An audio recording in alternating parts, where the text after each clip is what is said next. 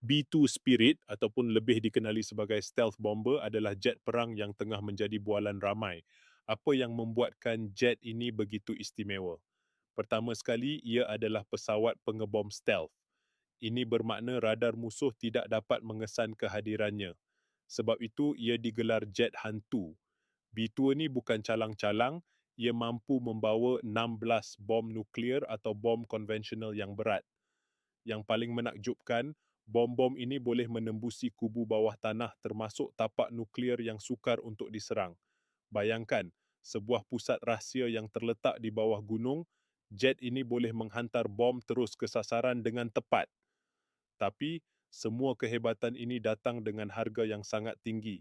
Satu unit B2 berharga lebih dari USD 2 bilion atau lebih kurang 9 bilion. Dan tahukah anda berapa banyak yang ada di dunia ini? Amerika Syarikat hanya mempunyai lebih 20 unit sahaja.